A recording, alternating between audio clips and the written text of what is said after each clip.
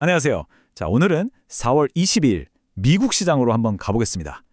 이날 시장은요, 수많은 두려움을 이겨내고 아주 강력한 랠리를 보여줬는데요. 이 거시경제의 불확실성이라는 짙은 안개 속에서 시장은 어떻게 상승할 힘을 찾아냈을까요? 우선 숫자부터 보시죠. 숫자가 그날의 분위기를 가장 확실하게 말해주니까요. 3대 지수 모두 정말 인상적인 상승을 기록했습니다. 특히 기술주 중심의 나스닥이 무려 1.6%나 뛰었다는 건 시장의 투자 심리가 아주 강하게 돌아왔구나. 이걸 보여주는 거죠. 정말 기분 좋은 하루의 시작이었습니다. 이 문장이 정말 그날의 시장을 한마디로 요약해지는데요.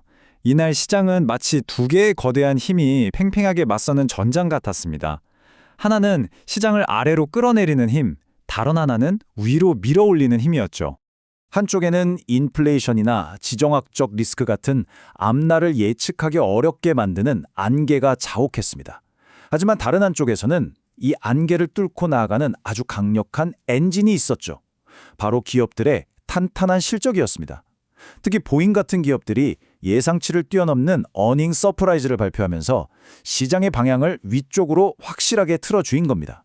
자, 그럼 이 구도가 빅테크 기업들 사이에서는 구체적으로 어떻게 나타났는지 한번 들여다볼까요? 테슬라 주가는 이날 소폭 올랐는데요. 이게 단순히 자동차를 많이 팔아서가 아니었어요. 투자자들의 시선은 이미 그 너머를 향하고 있었던 거죠. 완전 자율주행, 로보택시의 미래. 그러니까 지금 당장의 자동차 회사가 아니라 앞으로 테슬라가 보여줄 AI 로보틱스 회사로서의 미래에 베팅하고 있다는 뜻입니다. 하지만 이게 바로 테슬라가 가진 양날의 검을 아주 잘 보여주는 지점인데요. 한쪽에는 AI 기업이라는 미래 가치, 즉 장기 프리미엄이 붙어 있지만 다른 한쪽에는 당장 마주한 현실, 주력 사업인 전기차 판매가 둔화하고 있다는 리스크가 공존하고 있는 거죠. 메타도 비슷했어요. 주가가 올랐는데 왜 올랐냐? 바로 장기적인 그림 때문이었습니다. 앞으로 AI 기술을 제대로 구현하려면 어마어마한 인프라가 필요하잖아요? 바로 거기에 엄청난 돈을 쏟아붓겠다고 발표한 거죠. 자, 그런데 여기서 중요한 게 바로 리스크죠.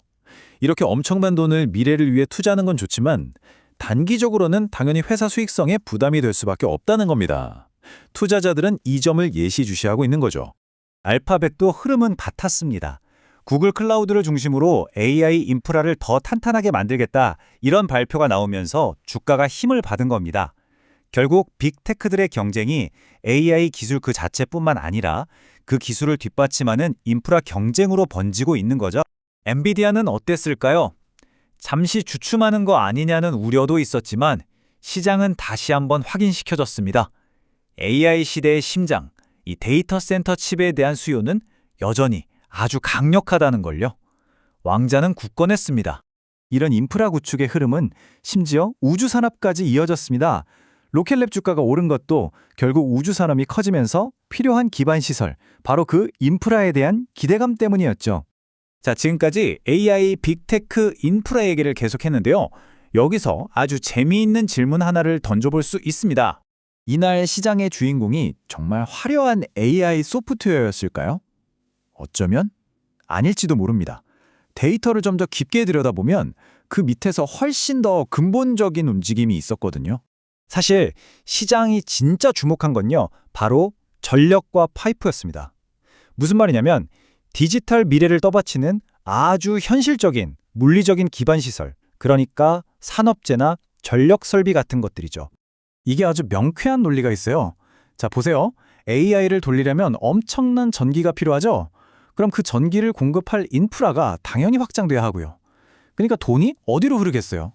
그동안 좀 지루해 보였던 산업재 같은 곳으로 흘러가는 겁니다. 그리고 투자자들은 결국 꿈이 아니라 실제 숫자로 찍히는 이익, 즉 EPS에 반응하는 거고요. 자, 그럼 이 모든 조각들을 모아서 지금 시장의 큰 그림을 어떻게 읽어야 하는지 그 핵심으로 들어가 보겠습니다. 시장을 볼 때 우리가 구분해야 할 두 가지가 있습니다. 바로 소음과 신호인데요. 소음은 지정학적 리스크나 단기적인 데이터처럼 우리를 헷갈리게 하는 것들이고요. 반면에 신호는 기업의 펀더멘털한 실적 성장처럼 시장의 큰 방향성, 즉 추세를 보여주는 겁니다. 결론적으로 4월 22일 시장의 메시지는 아주 크고 분명했습니다. 거시경제의 불확실성이라는 소음보다 기초가 튼튼한 기업들이 벌어들이는 돈의 힘, 즉 신호가 훨씬 더 강하다는 걸 보여준 하루였죠. 자, 이 질문을 마지막으로 던져보면서 마무리하겠습니다. 지금 시장을 바라보는 여러분은 과연 무엇에 귀를 기울이고 계신가요? 매일매일 쏟아지는 소음인가요? 아니면 그 너머의 큰 흐름, 바로 신호인가요?